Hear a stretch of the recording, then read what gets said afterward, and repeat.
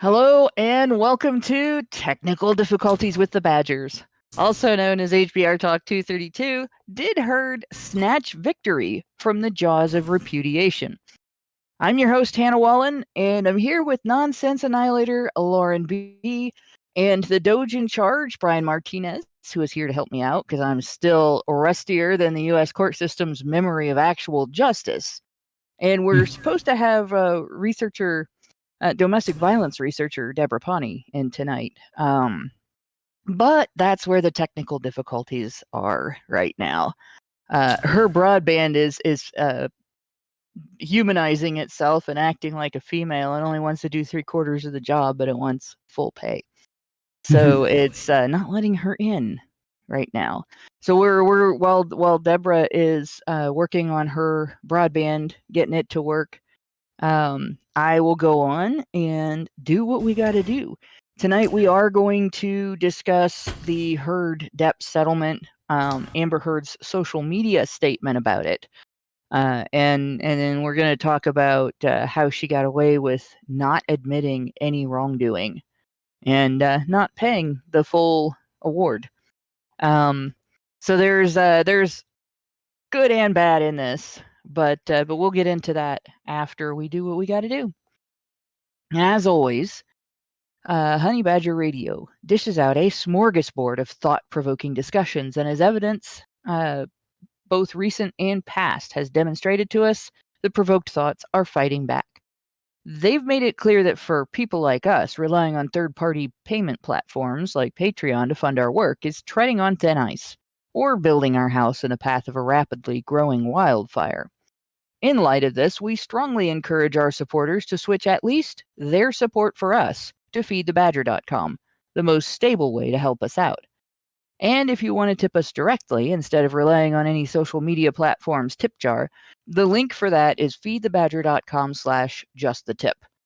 And as always, the same risk applies to our social media platforms, which is why you should further provoke the thought police by tracking our thought-provoking discussions on honeybadgerbrigade.com, where you can find your way to all of our content, as well as a link to feedthebadger.com in the drop-down menu at the top of the page.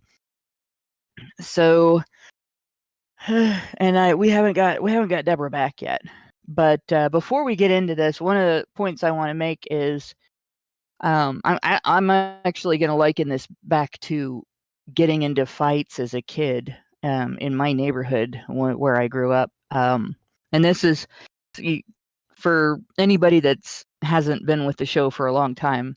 I've talked about this, on and off. I grew up in a neighborhood where we got into fist fights and beat the hell out of each other for recreation.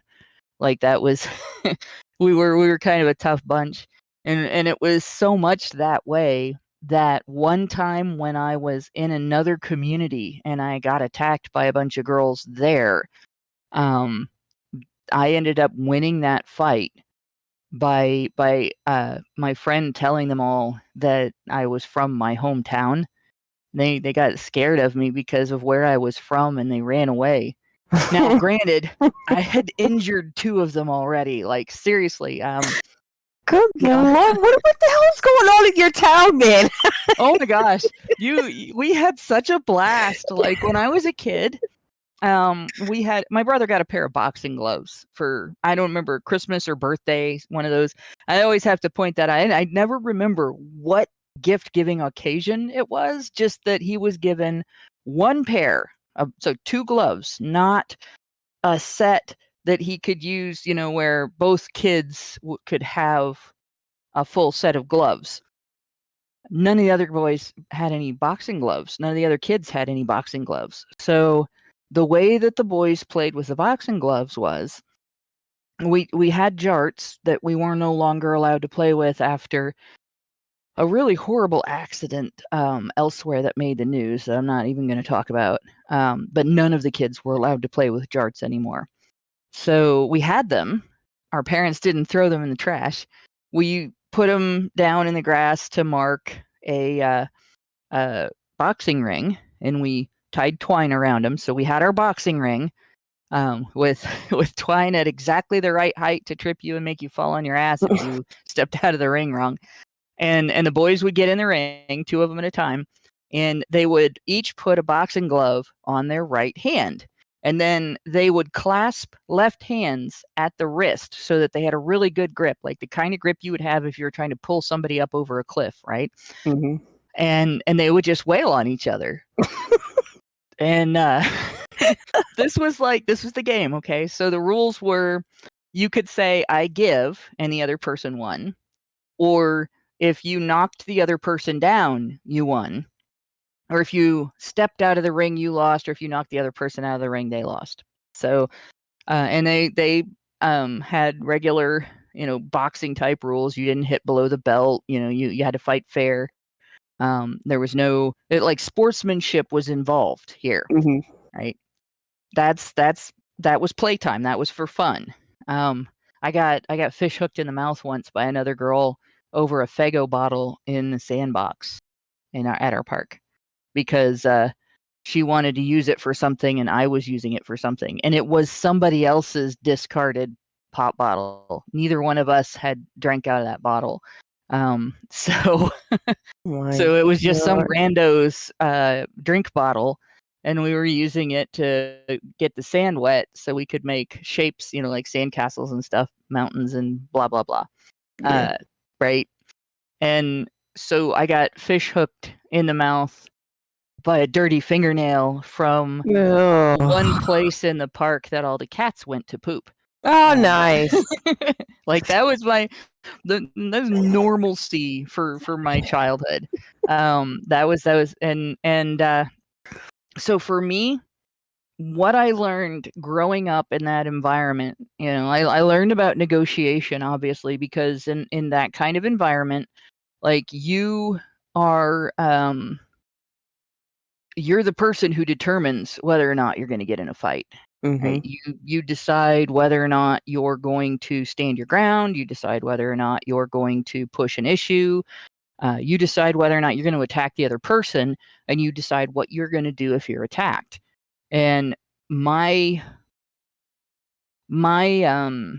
takeaway from it was that nobody truly wins once a conflict gets escalated from negotiations to violence.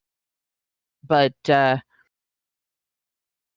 if a person can get away with bullying another person, so negotiations don't happen, or negotiations fail because the person on the other side has intent to escalate it to violence, like that person, they've met their intention. They win because they get away with it.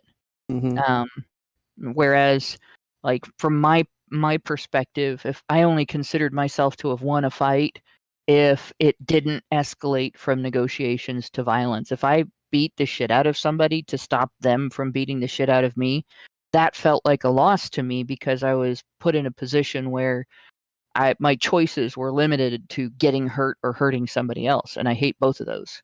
Yeah. So, like when I looked at this fight between Hurd and Depp, I see a lot of that attitude in Depp. Like he doesn't seem like the kind of person to seek out conflict. He'll express himself. He'll yell. He'll slam things around when he's hurting or angry, but he's not confrontational, and he's not he doesn't demonstrate being the kind of person that seeks out this kind of conflict. Right. And I would bet that if you asked him, he probably would say the same thing about violence and public conflict and knockdown, drag out, anything, that if negotiations fail and you get to the point of actual aggressions, that's a failure. Not, like it no matter who wins, no matter what else happens, that's a failure. And I think that's a mostly masculine thing, because most guys grow up in a neighborhood where they can get their ass kicked by anyone in that neighborhood that's their age. Anybody can hit them back. if they are a dumbass or if they do the wrong thing, say the wrong thing, if they're ignorant of local customs and that kind of thing, they can get their ass kicked. That risk is ever present for boys. And I think my perspective is more unusual for girls because I think most girls grow up with relational aggression, and most girls grow up a little more sheltered from things escalating to physical violence between girls. And that kind of makes it hard, I think, for a lot of girls to understand what happened here. I don't know if that makes sense. Yeah, I'm sure a lot of chicks are scratching their weaves, they're patting their weaves, trying to figure it out. But yeah, no, and I kind of agree with your description of Johnny Depp. I don't know though, because when it comes to, like, if you mention Trump, he absolutely, I think you could say that he doesn't really have a problem being aggressive towards him. Yeah.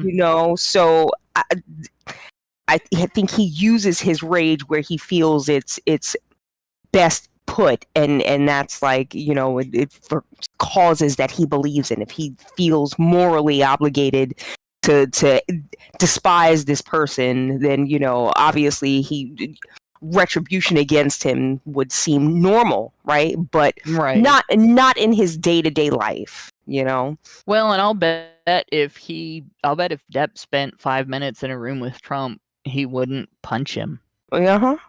Exactly. Well, and in fact, because if I remember right from just like reading details about him, I don't think he's as big as Trump is.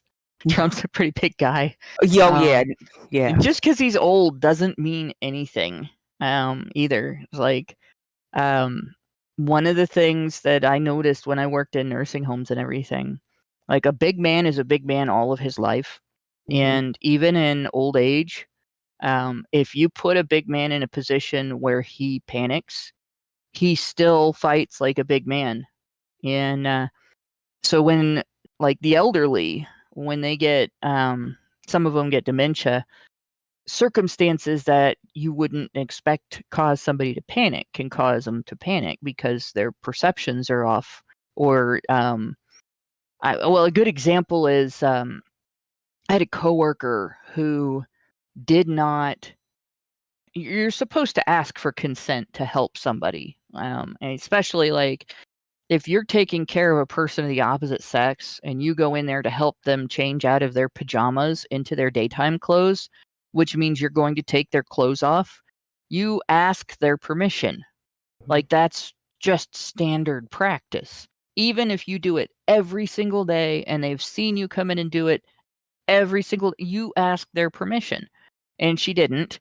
And this one patient of ours was having a day where he was really confused and he didn't remember her. So from his perspective, a strange woman came into his room and just walked up to him and started taking his clothes off. Yeah, and weird. She didn't understand why he knocked her halfway across the room. And he did. And like, this was a guy who was in his 80s. Like, this was not a spring chicken. So yeah, most men are smart enough to not do that. Like, not walk up to another guy and get aggressive if that other guy is bigger than they are. And I doubt that Depp would start a fight with an old man anyway. But he just doesn't strike me as the type to bully people like that. No. Like, he'd probably argue up one side and down the other with him. Like, but I just can't see somebody. He just doesn't strike me as having that character where he would attack somebody like that. No. But yeah, I mean, he can say hateful things. But yeah. I doubt that I'd hear a different perspective, a dramatically different perspective on fighting and violence and stuff from a guy who has lived a life that Depp has lived publicly and everything. I just doubt it. And so when I look at this, that's the perspective I'm looking at it from. Yeah, I think he's more of a sitting duck to this this predator Yeah. you know, just came in and completely turned his life upside down, or is trying to. Yeah. You know, God, you just can't help but feel bad for the guy. Yeah, and I've seen this happen to other men too, where you know, they embark in a partnership, you know, a romantic partnership, and like the woman turns out to be borderline personality disordered or some other cluster B disorder, or she's just a bitch, because sometimes people aren't mentally ill, sometimes they're just assholes and bitches. Mm-hmm. And like I've known guys that have dated women who were just bitches. I've known women who dated guys that were just assholes. I knew one. I've had two friends actually that were habitual asshole daters. Like you would think that they were gay men, right? Like, except you know it was the personality and not the sexual proclivity. But yeah, they just like could not attach themselves to a guy that was compatible with them and had a decent personality. And I have had a couple of guy friends who were the same way. Like one of my guy friends, the kid that I grew up with, like we were friends from the time I was 4 years old and he was 3. This guy, it took him until he was, I think we were in our late 30s when he finally got together with a woman who was not an absolute train wreck or a psycho bitch from hell. And when I say psycho bitch from hell, I mean when I talk about the 7 years in hell story, it's a cakewalk compared to what this guy's ex-wife put him through. Oh. And the woman before that molested his children. Oh, Jesus Christ. Her children. And he went from train wreck to psycho bitch to train wreck to psycho bitch to child molester to 20-year malicious prosecution ordeal. And then he very fortunately got courted actually by a good woman, and she rescued him. I don't have any better way to put it. She rescued him. But yeah, I've seen a lot of guys go through that where like they get together with a woman who is genuinely abusive and or even worse, genuinely stupid and abusive. Mm. And does this like hits his life like a dirty bomb. And they're just knocked down. They don't initially fight back because they don't have a sense of aggression toward women. A lot of guys have the misconception that women are morally superior or softer, kinder, gentler people. Like we're fucking animals. Every human being is an animal, right? We have animal instincts. Mm-hmm. We have animal aggression. We have animal emotions. We just have more of them, a broader spectrum of them than other animals. And if we don't have a sense of morals and ethics to go with all of that, we're horrible. Mm-hmm. And being female doesn't change that at all. In fact, because we have lower accountability, we're worse. Absolutely. Absolutely. And it doesn't matter how bad we can be. We always have the safety net of society to just fall back on, oh, it's just a woman. She didn't mean it. You know, she was having a bad day. It's disgusting. Harmless. We get called harmless, right? Yeah. Like Jodi Arias. The animal nature of her attack. Like what she did was so brutal. If a man did it, you know, that would have been a slam dunk death penalty case. Mm-hmm. Right? Mm-hmm. You multiple stab wounds to her victim. Right? and cut his throat, shot him. Like, wasn't it like wasn't it some crazy number of stab wounds or something like that? Yeah, it Wasn't was like 50 27 something? or 57 or something like that. Yeah. But it was like she was trying to kill the Russian monk that was stabbed and drowned and poisoned and all that. Yeah, it was like she was trying to kill Rasputin, but it was a naked guy in the shower, not Rasputin, right? Completely vulnerable guy, and she did that to him. And that detail was known to the jury in her case. The foreman of the jury knew what she did to that man, knew from the evidence and the testimony that it was not in a moment of panic over any kind of abuse, that he was naked in the shower, completely vulnerable. She was not in any danger. She was angry, and she did all that, and yet could not view her as a malicious and dangerous enough person to want to hand down the maximum penalty. And his statement on her and why the jury had such a rough time coming up with a penalty verdict for her was, here this woman was, going through her life, her 26 years of life, or 23, or however old she was, with no prior evidence of violence or anything, and then something happened that changed the whole trajectory of her life. And that's how he described it. Something happened. Like, no, the something happened was that she chose to inflict deadly violence on a person. Yeah, like she didn't just wake up or like, she wasn't sleepwalking. She wasn't under the influence of some kind of demonic possession. No, she knew what she was doing. Yeah, she knew what she was doing. She knew she was trying to kill him. She planned that. And then she tried to frame him as an abuser, right? Like, that's just an insane level of disconnect with women's capacity for violence.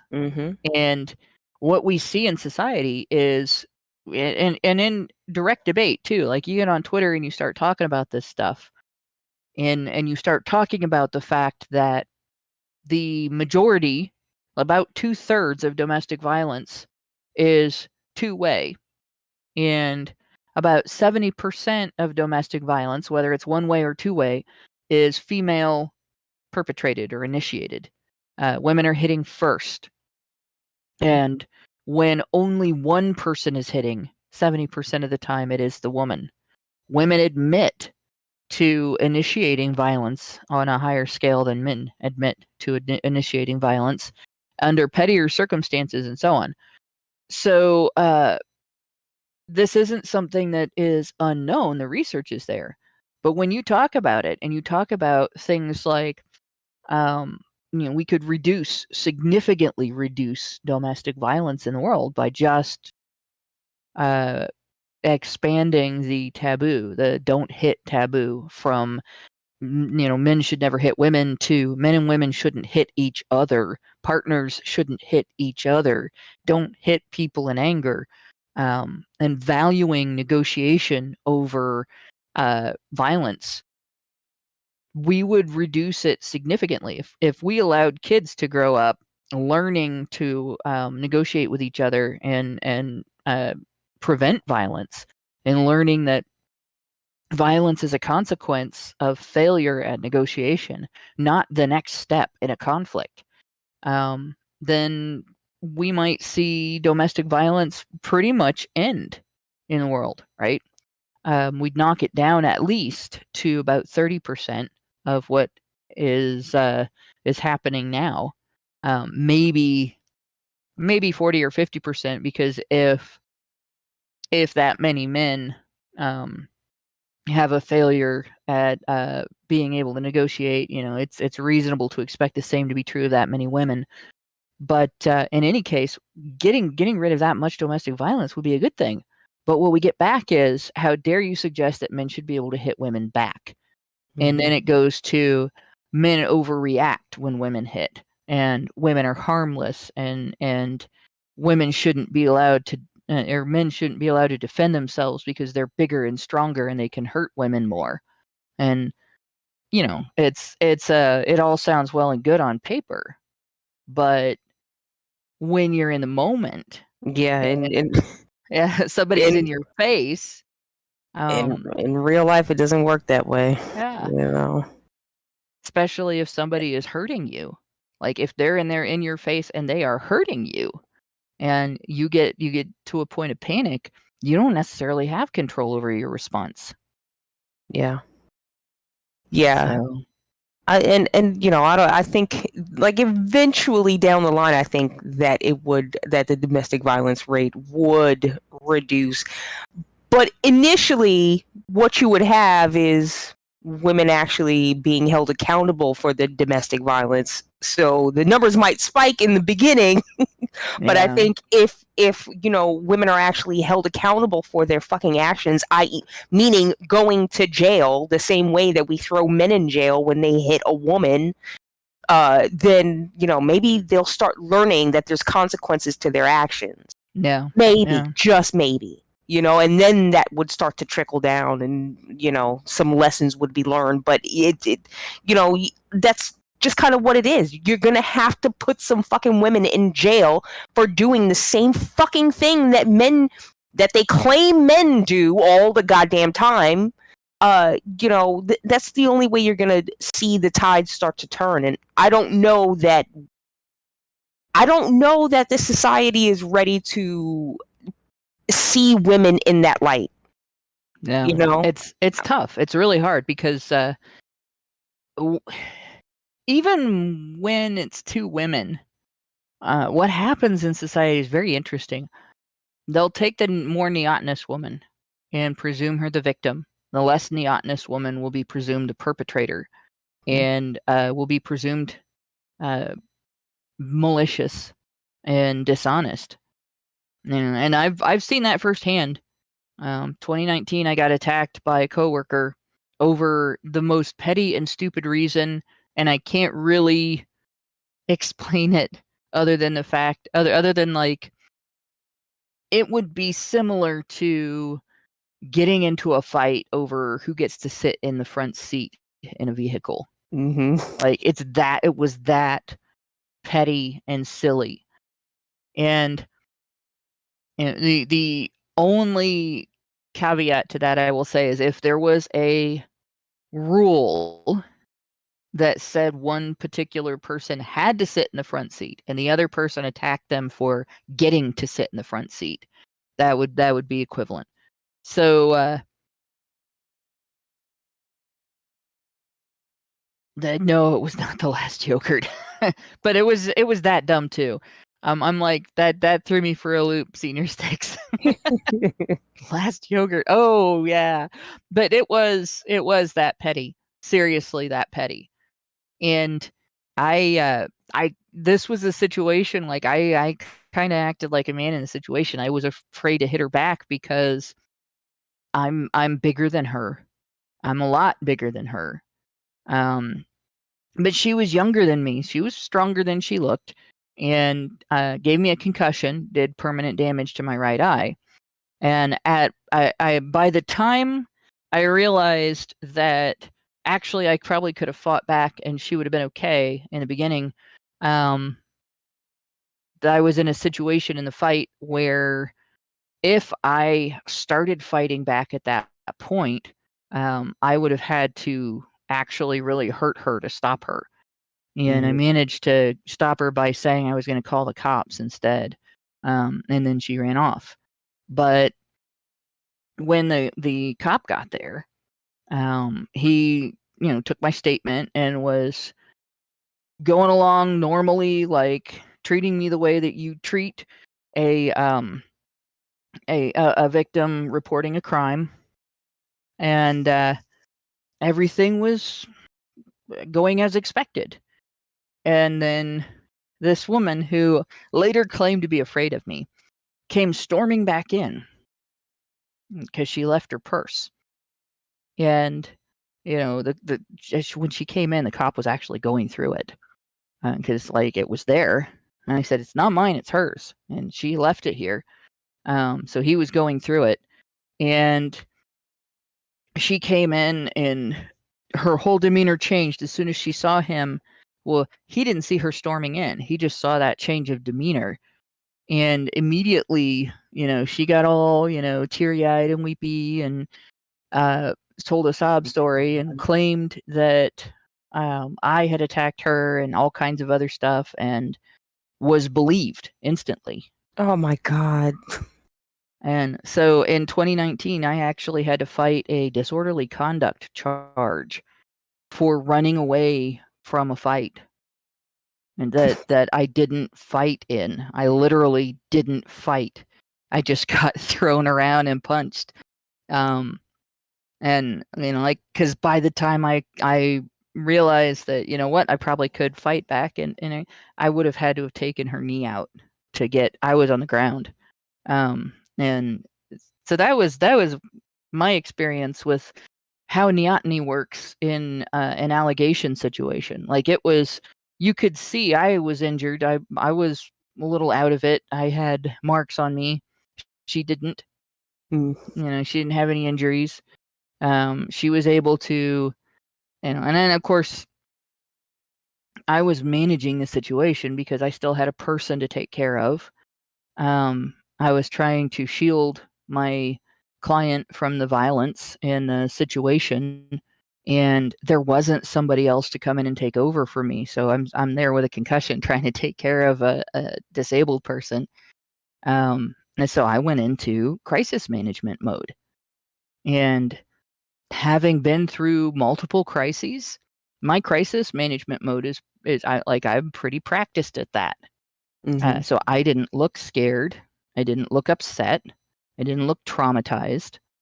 I looked like it was just a normal day for me. What the officer didn't know was, based on the way I grew up.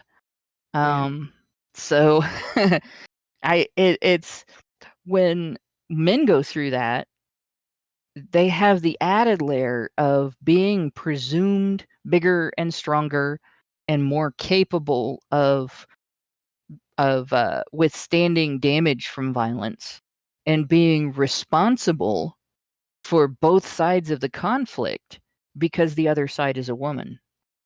I mean, where with me, I think it was just that I wasn't neotenous, and like my attacker was a cute little petite, shapely gal who looked very kittenish. Like, if she had been a nice person, she would be adorable. But I'm sure everybody's met one, that's like that. That's got the looks and got the shape and is in good shape and everything, but isn't adorable because personality. Yeah. Yes, I've come across a couple of those. Steer far the fuck away from me. Just stay away. Yeah. So it looks like we are still unable to get Deborah in. I'm going to have to go ahead and start the article, and we'll just have to hope that she can catch up because we only have till 9:00 for the show.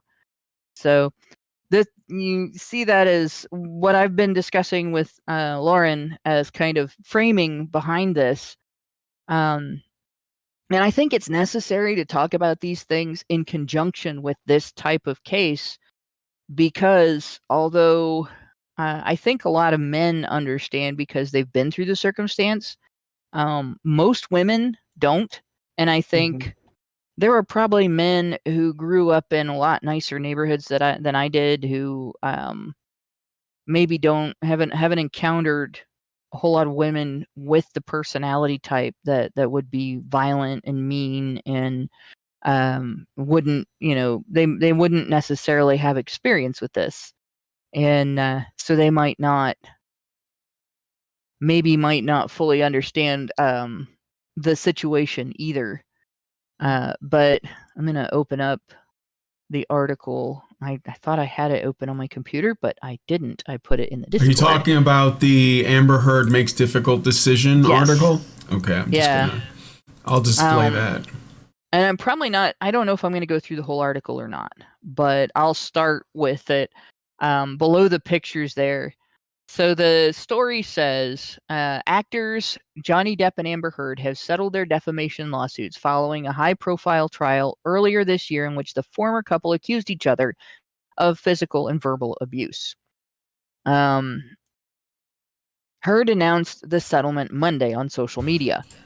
Both sides had filed appeals of various aspects of the jury's verdicts in June. The 7-person civil jury had awarded Depp $10 million in damages, but also awarded $2 million to Heard. Depp's campaign said the deal includes a $1 million payment from her to him to settle all financial claims. So that eliminates the $10 million in damages that she owes, and the $2 million that he owes probably would be eliminated in that as well. Depp's lawyers said he will donate that money to charity, which this is something else that I think it's unfair that when somebody sues over something like this, a celebrity like Depp is sort of socially obligated to do that. And I think he shouldn't be. It's kind of him to do that. And I think that it should be recognized that, you know, he's being kind by donating it to charity, and he's probably treating it as a situation where the money coming from her in this circumstance is distasteful. Yeah. But a lot of men in this situation don't have the financial position. Like it cost 5 digits at least, the 7 years in hell case by the time they were done in fees, lawyer fees and court costs and you know, like all of the expenses, the police expenses, and that's not counting the fact that PTSD from the incident, from the ordeal had kept him from being able to work. Yeah. Right. So Roger from the 7 years in hell case, he still cannot work with women. He just can't trust them. He can trust only the women that he's known for a long time. And so to this day, he has not had a job. Wow. And that was on top of the expenses from that case. So, and you know, not to downplay the situation or anything, but for going through this situation for 7 years, if it's only 5, was it high 5 figures or low 5 figures, or do you know? Like in the 20 or 30 thousands. If you look through all of the attorney fees and all of the court fees and all of the fines he had to pay to, like, one of the things they do with a situation like that, they don't arrest the guy, right? Mm-hmm. They take him in for questioning. So if you're taken in for questioning, you don't have the same rights that you have when you're under arrest, but you still have processing fees to pay, and they don't have to let you go unless you pay those fees. So you still have to post bail, mm-hmm. because you can get charged without getting arrested, and they can still hold you without arresting you. They can still hold you for a period of time, and you don't want to be in that cell any longer than you absolutely have to. Yeah. It's not a good place. Right? You know, say what you will about like bail reform, how, you know, they have this shit going on in New York City where they lock you up and turn them right away. I mean, think of the guys like that who would benefit from not having to be stuck in a jail for something that, you know, they're completely innocent of. Yeah, I would go for bail reform that would say that in order for the suspect to have to post bail, he should have to be arrested. Yeah, absolutely. But yeah, questioning. And yeah, night motorcyclist, you get it. Questioning. You did this. Admit it. Mm-hmm. Yeah, it's questioning for 12 hours. No food or water. Right. His asthma and diabetic medications withheld and then lost. But yeah. So this thing of, giving away the money, like it's something that when somebody like Depp does it, that should definitely be viewed as a kindness, not something that like, well, of course he gave it away. Like, why would you keep that? You made your point. Well, some guys don't get a choice. And the worst thing is, in 7 years case, he didn't have the option really of suing for money because like he could have. You could also sue a banana for $20,000 or $30,000, but you're not going to get $20,000 or $30,000. And a banana actually is more productive and intelligent than the ex-wife in that case. So, like no traceable income that he would have been able to attach at all. And the organization, he wouldn't have been able to get away with suing the organization that supported her.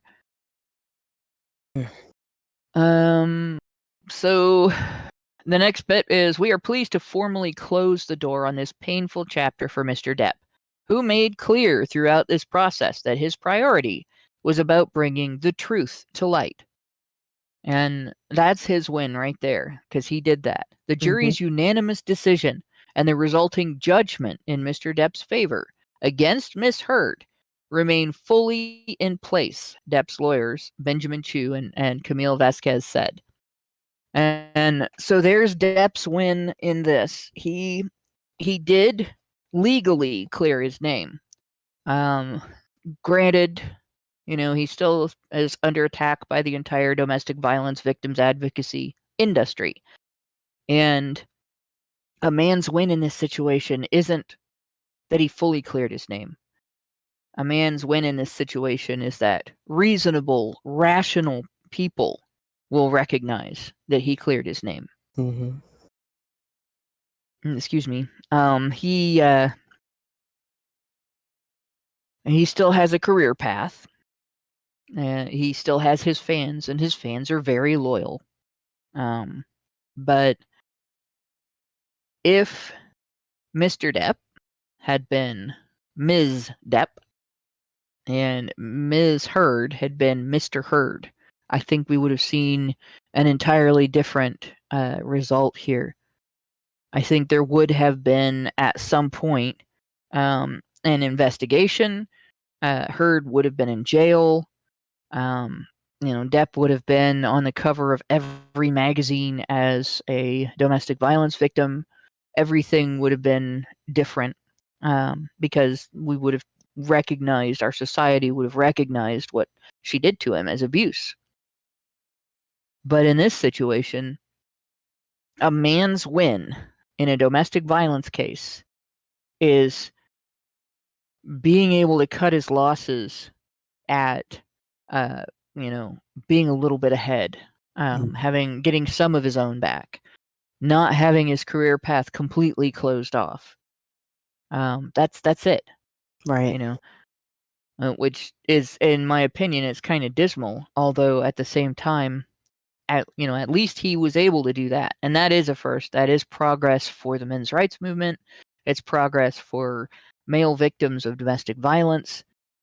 So from Depp's side of this, and he's done with this now. He doesn't have to deal with anything from her again, which is a win for him as well. So he didn't lose. But I'm going to go on with the story and get to her statement and tell you why she didn't lose either. Both sides agreed to a jury in Fairfax County Circuit Court that the other had defamed them, or argued that the other had defamed them. Depp said he was libeled by Heard when she wrote a 2018 op-ed piece in the Washington Post describing herself as a public figure representing domestic abuse. Depp's lawyers said he was defamed by the article, even though it never mentioned his name, because they argued it clearly referenced abuse allegations Heard had made against Depp during divorce proceedings. Heard, on the other hand, said she was defamed by Depp when one of his lawyers called her abuse allegations a hoax, which they were. In a post Monday on Instagram, Heard said the decision to settle was difficult. And here's where she gets away with it. And I'm going to read her post. She says, after a great deal of deliberation, I have made a very difficult decision to settle the defamation case brought against me by my ex-husband in Virginia. It's important for me to say that I never chose this. I defended my truth. Anytime anybody talks about their truth, they're defending a lie. Yep. I defended my truth. And in doing so, my life as I knew it was destroyed. So what's she doing here? Playing victim. Mm-hmm. The vilification I have faced on social media is an amplified version of the ways in which women are re-victimized when they come forward. Now I finally have an opportunity to emancipate myself from something I attempted to leave over 6 years ago, and on terms I can agree to. I have made no admission. This is not an act of concession. There are no restrictions or gags with respect to my voice moving forward. Oh my God. If you took the words I, me, and my out of this bitch's vocabulary, she wouldn't be able to form a complete thought. She is a complete thought. She is a complete thought, isn't she? Jeez. It goes on. There's more. I make this decision having lost faith in the American legal system, where my unprotected testimony served as entertainment and social media fodder.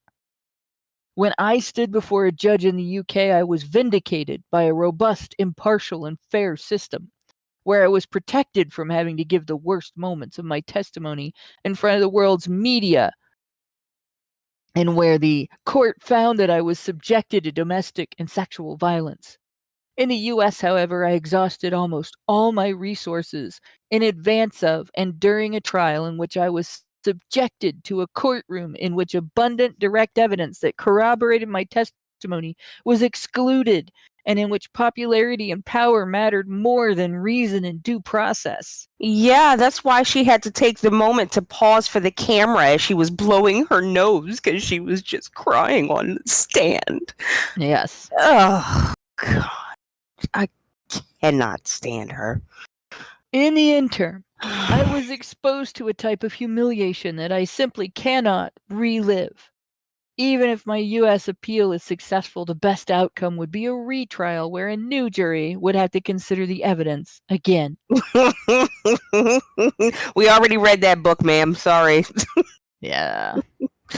I simply cannot go through that for a third time. Time is precious, and I want to spend my time productively and purposefully. Oh my God. For too many years, I have been caged in an arduous and expensive legal process, which has shown itself unable to protect me in my right to free speech. I cannot afford to risk an impossible bill, one that is not just financial, but also psychological, physical, and emotional. Women shouldn't have to face abuse or bankruptcy for speaking her truth. But it is not uncommon. In settling this case, I am also choosing the freedom to dedicate my time to the work that helped me heal after my divorce. Work that exists in realms in which I feel seen, heard, and believed, and in which I know I can effect change. I will not be threatened, disheartened, or dissuaded by what happened from speaking the truth. No one can and no one will take that from me. My voice forever remains the most valuable asset I have.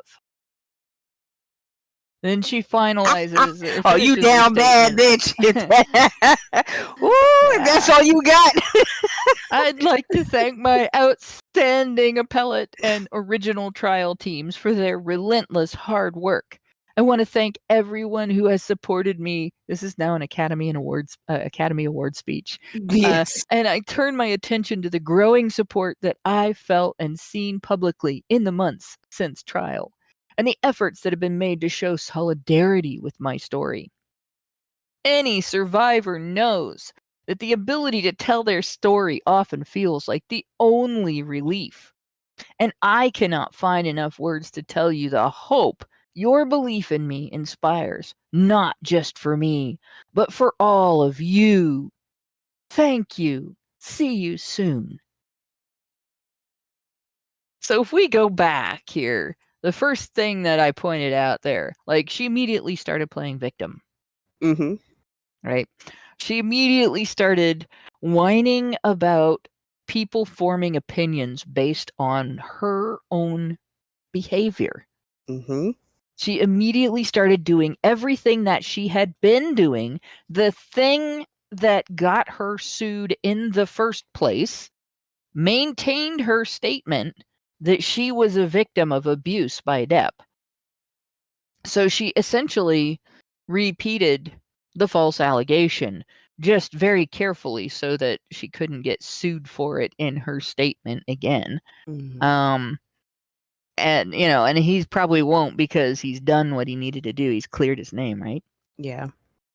But I mean, she basically, got off with 10% of the original settlement. Like the original, not settlement, but the original award, the original verdict, right? And it's be like if you got into a conflict that erupted into violence, got into a big fist fight, right? And in school or whatever, and you were given 10 weeks detention, and you were just told, well, you only have to serve one, right? Like, you would count that as a win. Mm-hmm. Right? In her situation, it's a huge amount of money, but she just got settled with for 10% of what the court said she owed. And granted, probably Depp's lawyers were like, yeah, we're never going to see 10 million from her. She's never going to be able to pay that. Right? But she probably has insurance that's going to pay $1 million. And her insurance probably helped with her negotiations. So that $1 million's probably not even going to come out of her pocket.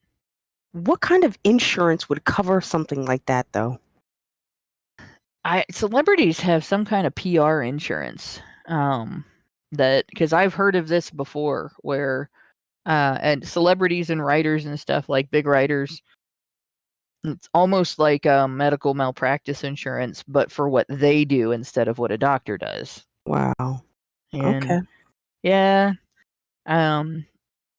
So if they engage in unethical behavior, where they say something nasty about another person, or their public behavior has impact on another person, then they have insurance to pay that off.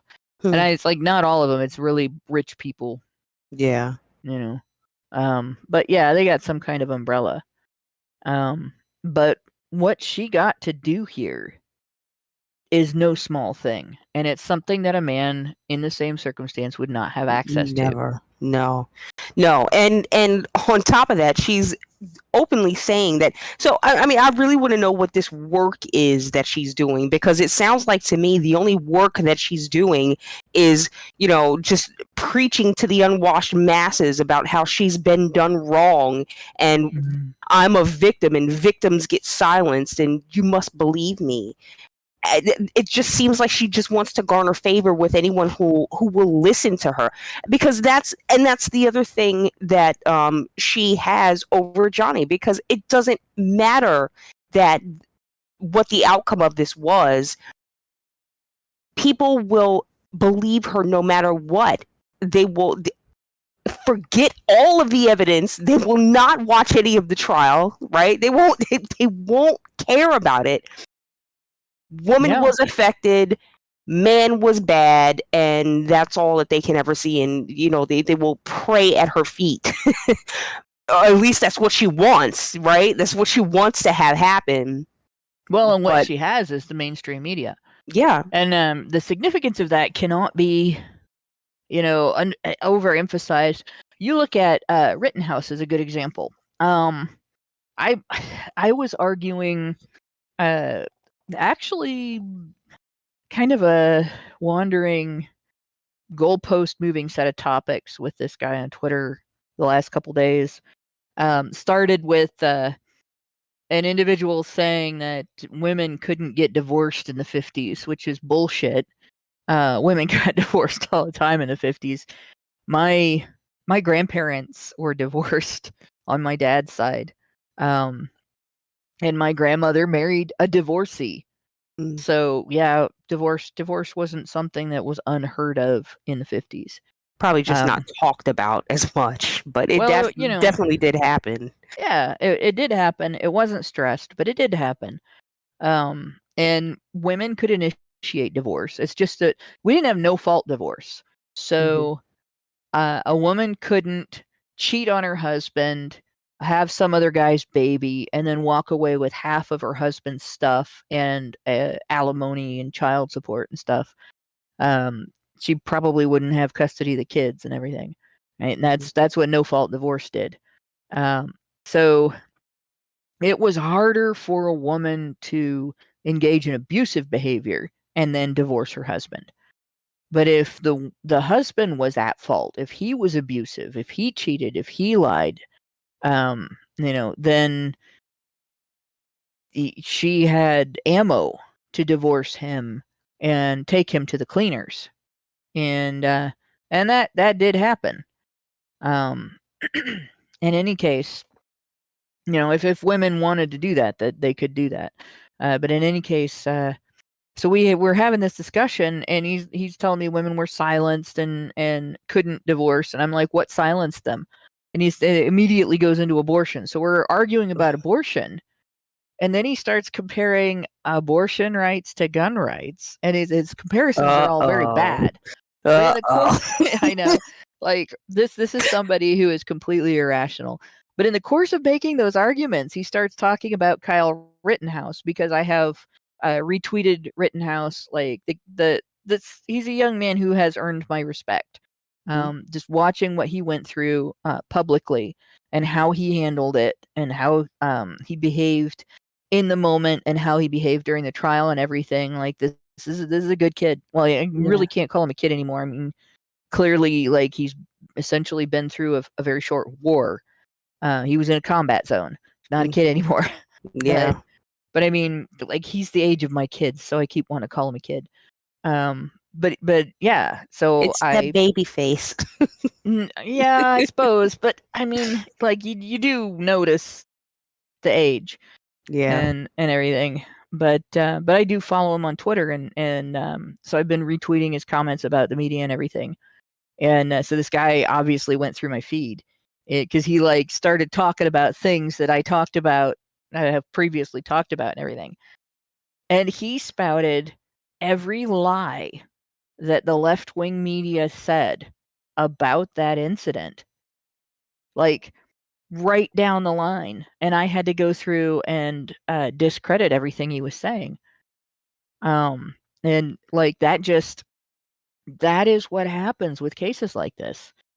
And it hasn't even been that long. Like, the case concluded this year. The trial, the Rittenhouse trial, was only a few months ago. It only ended a few months ago. And it was very public. You could see every minute of it. Everything the left-wing media had said about him was discredited, right? Some of the things the right-wing media said were also discredited. But everything the left-wing media said was discredited. And like, this guy didn't know. He wasn't familiar with the case, and he didn't know that the stuff he was saying was going to be contradicted. He didn't expect me to have alternative information that was provable, right? And that's going to happen with this case with Amber Heard and Johnny Depp, because we have Johnny Depp has the truth, right? He has the verdict, he has the evidence, and the public, the part of the public that believes in using evidence to get to the truth instead of listening to what somebody else tells them, we have that, right? But the people who listen to whatever news source they are loyal to, what they're going to have is whatever their news sources say.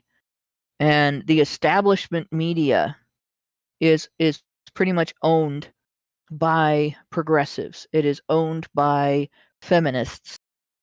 And they're going to support the narrative that Amber Heard was an abuse victim who lost a defamation case to her abuser.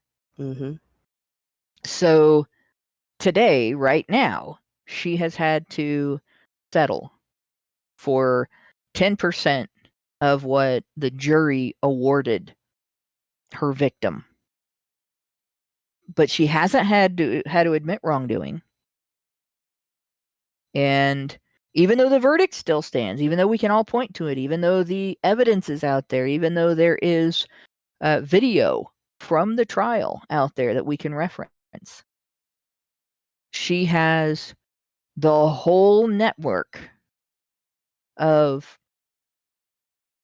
grifters Mm-hmm. that exploit the concept of domestic violence against men, that exploit against men the concept specifically of domestic violence targeting women and perpetrated by patriarchy, right? Those guys are all on Amber Heard's side, and their media is on her side. Mm-hmm. And 5 years from now, or even 5 months from now, we will have those same experiences like I'm talking about with that guy, of people arguing things that did not happen, making claims that are not true, like the claim that she makes where says she was vindicated in the UK. She wasn't vindicated in the UK. The court in the UK did not determine that Amber Heard was abused. Johnny Depp was not found guilty of abuse in that courtroom.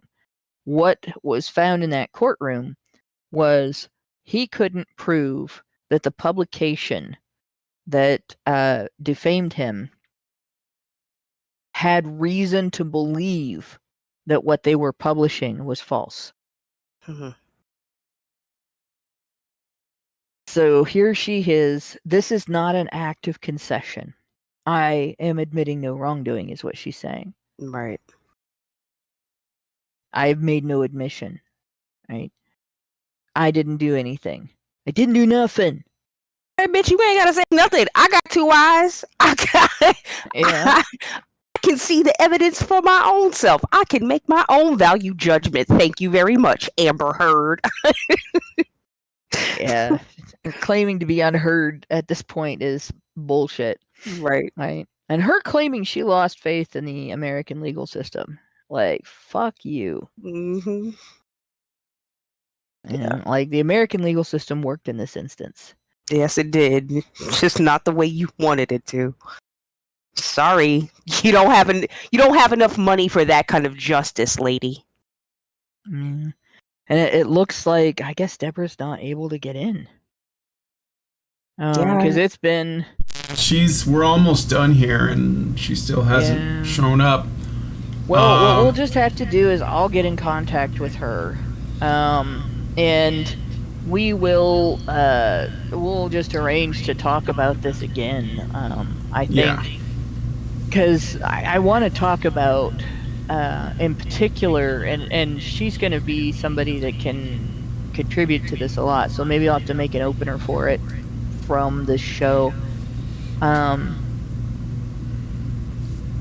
This aspect where Amber Heard said, "My unprotected testimony served as entertainment and social media fodder."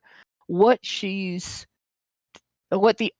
flip side of that, the implied flip side of that is her saying she should have been able to attack Depp in court in secret with no judgment from the public and be able to use the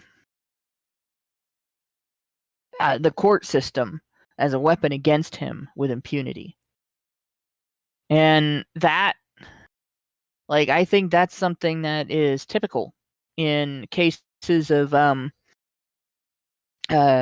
domestic violence committed by women, where they use the ability to shape the narrative, do things in secret, and then shape the narrative. And my friend that has gone through 20 plus years of malicious prosecution and harassment by his ex-wife. She did that. She would do things to him when no one else was around, and then shape the narrative afterwards and get him in trouble on top of that. So like it's quite a phenomenon, and I think that's something that we need to get into. But we don't have another hour to talk about it, and Deborah's unable to make it, so I don't want to necessarily call it right this moment, but well, we'll get her back on. Yeah. You don't want to call it. Go ahead. I was gonna say I don't want to call it, but I kind of want to save a lot of that for a show where we can discuss it with her because of her expertise in coercive control, because that is a real coercive control thing. It's not.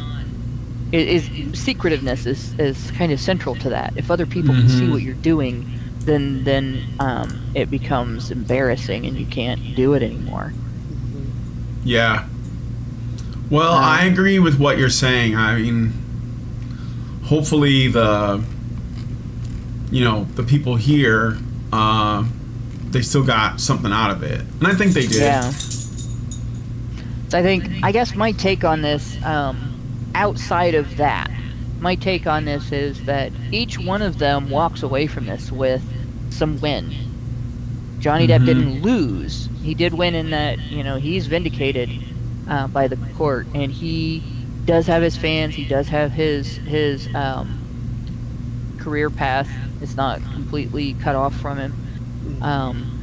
And we know that he did not do all the things he was accused of, and the circumstances were not as she described. Amber Heard got a win. She was essentially given, like, she owed him $10 million. He owed her $2 million. So the difference is $8 million. They knocked it down to her paying him $1 million. So she just won $7 million. And that's like winning a $7 million lottery that you've already spent, right? Yeah. And like I said, she's gonna have the full effort of a propaganda machine on her side, and we're gonna have to see, as a movement, we're gonna see the narrative that she was a victim done wrong by the courts, promoted and promoted and promoted until it becomes the mainstream narrative. And it may be that the widespread and deep love that exists for Johnny Depp might prevent that, and I hope it does. That would be a men's rights movement win. We win if we are able to see that propaganda machine fail. Yes. So that would be something. I don't know if we have any super chats. You know what? No, we don't. No super chats. Well, guys, if you could at least go to our fundraiser, because we're still hosting it and it's almost over. So any help you can send us that way, that might even be better, honestly. So, yeah. All right, let me check and see if the super chows are, if there's any of those. I think that it's a bit quiet today, so we only had about 50 people watching. And it's almost Christmas. I know, Christmas is in like 3 days, so. Oh, I do have one. Meredith G gives us $5 and says HBR Talk number 232. The decision by Depp to donate the money, in addition to being a kindness, is a dig at Heard because of her failure to donate her divorce settlement as promised. Oh, that's true. That's true. She said she was going to do that, and then she didn't. I forgot about that. It is also... Oh, go ahead. Again, nobody should be expected to do that unless they say they're going to do it. And then, like, you should be expected to do what you say you're going to do. It is also a way of reminding the world that the case was never about the money. Depp spent 7 figures in lawyers to clear his name. Yeah. Yeah, I think that part of it is also important. I mean, he's trying to clear his name. He's not concerned with winning, like a bunch of money, but if he did, it would be okay because he lost a lot of money. So. Yep, it would. And I guess my last word on this is this is something that we need to keep an eye on, simply because it's a unique case. Like, there isn't another guy I've seen accused who is as well loved as Johnny Depp, and that because he is a well loved man, that helps to counter some of the natural misandry. I hate to say the word natural because it's not natural in terms of like nature caused it, but it's natural in terms of it's already floating around in the water of our culture, and it's going to affect everything. But this helps to counter that, and that actually will maybe protect against the effect of the propaganda machine that's going to go against him probably for the rest of his life. Yeah. So with that, I think I am going to call it, just because, like I said, I do really want to discuss this with Deborah, and I don't want to get into the rest of it without her, because I don't want to have to like repeat everything. Yeah. So and I was trying to record this and it's not recording. More technical difficulties with the Badgers. We should just rename it. Yeah. Rename I guess. it. I don't know. Can you guys hear me? Because my screen just froze. Okay. Yeah. Okay. No, we can then hear you. I will go ahead and. Thank you guys for coming on with me. Thanks, Deborah, for trying really hard. Like I said, obviously it's the issue is broadband being broadband, and therefore it wants to do 3/4 of the job and take the full pay anyway. And thanks everybody for listening to the medium length sausage, kind of a fat sausage. And thanks very much, Brian, for helping me out. No problem. Me being all rusty and everything, especially like just a couple days before Christmas, and everyone else who works in the background to make HBR Talk happen also. And good night, all. Good night. Men's rights activists are machines, dude. Okay? They are literal machines. They are talking point machines. They are impossible to fucking deal with, especially if you have like a couple dudes who have good memory on top of that too. Holy shit, you're fucked.